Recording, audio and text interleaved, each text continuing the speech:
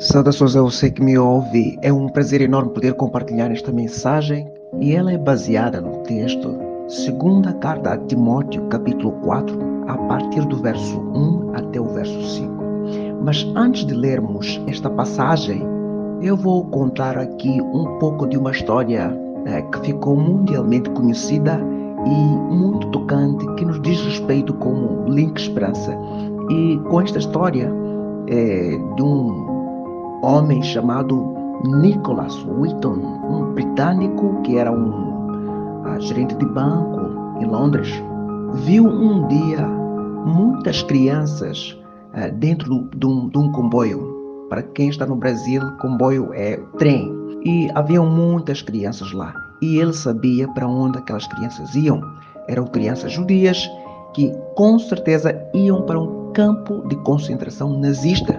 E aquelas criancinhas seriam introduzidas, neste caso, nas câmaras de gás de execução. Aquelas crianças nunca mais voltariam. Nicholas sabia muito bem e não podia fazer absolutamente nada. A única coisa que lhe ocorreu foi chorar.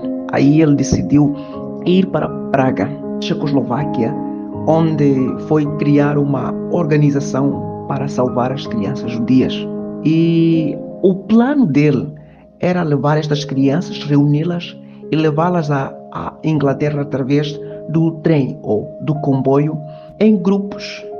E ele conseguiu mandar ou enviar 8 comboios, puderam partir para a Inglaterra com sucesso e ele conseguiu salvar nestas viagens 669 crianças. Mas faltava o último, o 9º comboio. E o 9º comboio trazia 250 crianças. Mas, infelizmente, o Nicholas não conseguiu salvar aquelas crianças. Por quê? Porque simplesmente no dia em que o comboio, o trem, ia partir de Praga para a Inglaterra, iniciou-se a Segunda Guerra Mundial, porque a Alemanha invadiu a Polônia no dia 1 de setembro de 1939. Infelizmente, aquelas crianças que estavam a bordo do trem foram parar nas mãos dos nazistas.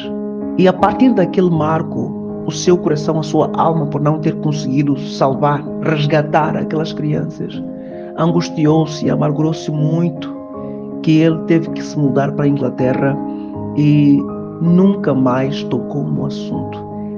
Nem mesmo a sua esposa chegou a saber, chegou a descobrir que o Nicholas estava envolvido na salvação de crianças judias.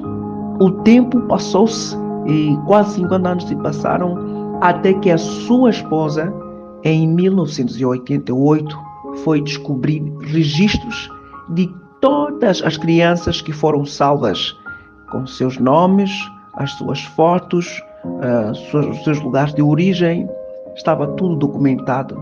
E ela ficou surpresa porque era algo que havia sido oculto durante muitas décadas.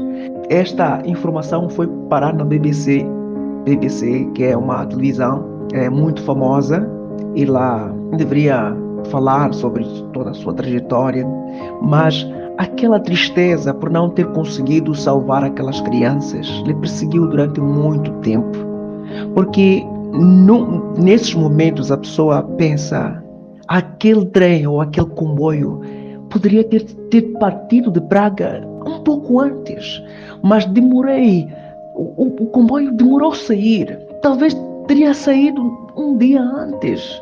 Por que não apressamos as coisas? 250 crianças não se salvaram. E foi-lhe atormentando. E quando ele estava naquela entrevista, ele encontrou lá uma plateia, havia uma plateia no grande estúdio, e a ouvir o testemunho. E no final, ele ficou surpreso. Ele ficou surpreso porque todas aquelas pessoas que estavam lá eram as crianças que ele salvou em 1939. Nicholas não conseguiu falar nenhuma palavra sequer, senão chorar.